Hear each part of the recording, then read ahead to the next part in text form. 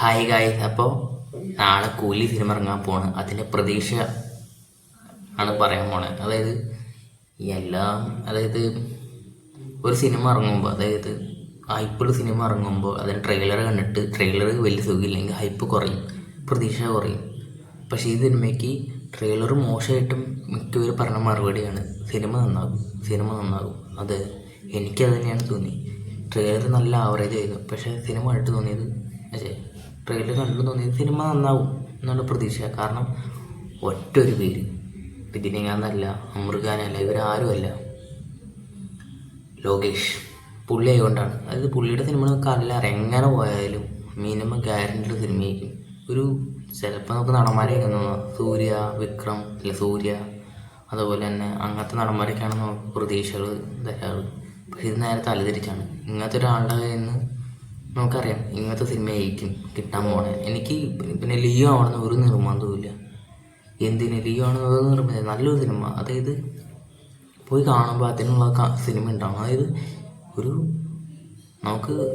നമ്മൾ ചില സിനിമ കാണുമ്പോൾ നമുക്ക് തോന്നില്ലേ, പക്ഷേ ഈ സമയം വേസ്റ്റായി തോന്നില്ല. കാശിനെക്കാളും നമുക്ക് സമയം വേസ്റ്റായെന്ന് ഓർക്കുമ്പോഴാണ് കൂടുതൽ വിഷമമാണ്. അങ്ങനെ തോന്നിക്കാതിരിക്കണം എന്ന് മാത്രമേ ഉള്ളൂ. അങ്ങനെ ഒരിക്കലും ഉണ്ടാവില്ല. പിന്നെ ശരിക്കും ഒരു രജനീകാന്തിൻ്റെ സിനിമയ്ക്ക് ഞാൻ ഇങ്ങനെ പോയി കണ്ടിട്ടില്ല എന്ന് തോന്നുന്നുണ്ട്. ഇപ്പോൾ കിട്ടിയിട്ടുണ്ട്. ഏതാണ്, ജയിലർ. ആ സിനിമ എന്നൊക്കെ പറയാല്ല, ബീസ്റ്റ് കൂറ പടം. ആ ഒരു സിനിമയുടെ മൈൻഡിലാണ് പോയത്.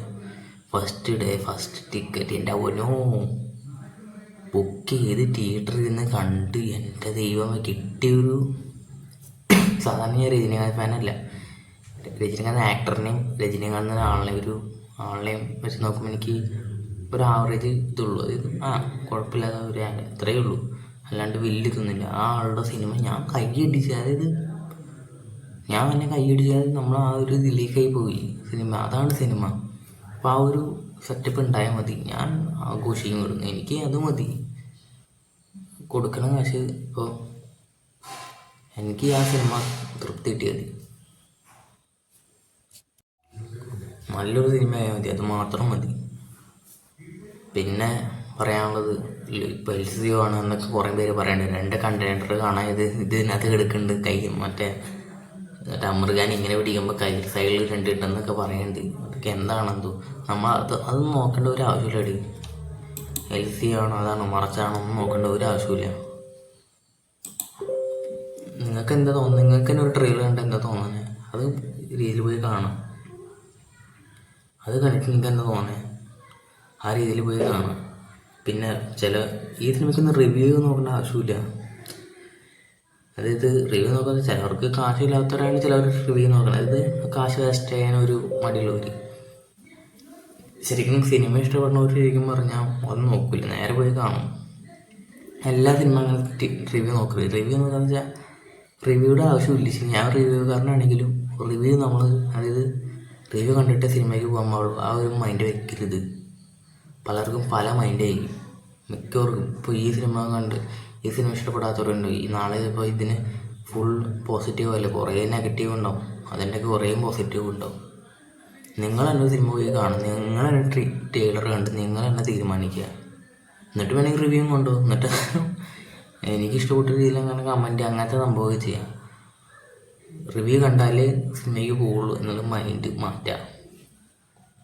കുറേ ഉണ്ട് ഈ പറഞ്ഞ കേട്ട് ഞാൻ പോയി, എനിക്കിഷ്ടമായില്ല, അത് നോക്കരുത്. പലർക്കും പല അഭിപ്രായമായിരിക്കും. ഞാൻ തന്നെ റിവ്യൂ കാണാറുണ്ട്. ഞാൻ റിവ്യൂ കാണുന്ന ഒരു ചാനലാണ് എൻ്റർടൈൻമെൻറ്റ് കിഴി. അതുപോലെ തന്നെ അങ്ങനെയുണ്ട് മറ്റേ തഷാമ്, കോക്ക്, ഇവരൊക്കെ ഞാൻ കാണും. എനിക്ക് ഇവരെ കണ്ട എൻ്റെ ഒരു മൈൻഡുള്ള സിനിമകൾ പലർക്കും പല ഇതാണ്. അതായത് എനിക്കിഷ്ടപ്പെട്ട സിനിമ മറ്റേ റിവ്യൂ പറഞ്ഞ ആൾക്ക് ഇഷ്ടപ്പെട്ടിട്ടുണ്ടാവും, ഇയാൾക്ക് ഇഷ്ടപ്പെട്ടിട്ടില്ല. പക്ഷേ അടുത്ത സിനിമ കാണുമ്പോൾ ഇയാൾക്ക് ഇഷ്ടപ്പെട്ടിട്ടുണ്ടെങ്കിൽ മറ്റാൾക്ക് ഇഷ്ടപ്പെട്ടിട്ടുണ്ട്. അതങ്ങനെയാണ്. അപ്പോൾ നിങ്ങൾ റിവ്യൂ കണ്ടിട്ട് പോകൂ എന്ന് മാത്രം വിചാരിക്കരുത്. സിനിമ പോയി കാണാം, എന്നിട്ട് റിവ്യൂ നോക്കുക. പലർക്കും പല അഭിപ്രായമാണ് നോക്കുക. ഞാനങ്ങനെയാണ്, എന്നത് ആവണമെന്നില്ല. അപ്പോൾ നാളത്തെ സിനിമ നല്ല പ്രതീക്ഷയുണ്ട്. ഒന്നും അറിയില്ല. ഞാൻ ഒരു ഡീകോഡിങ് കുറേ പേരൊക്കെ നടത്തി, ഞാൻ കുറേ നോക്കി. കുറേ പേർക്കൊന്നും പിടിച്ച് കിട്ടില്ല. അത് നന്നായി പോയിട്ടോ, ആ ഒരു കാര്യം അത് നന്നായി പോയെന്ന് എനിക്ക് തോന്നി.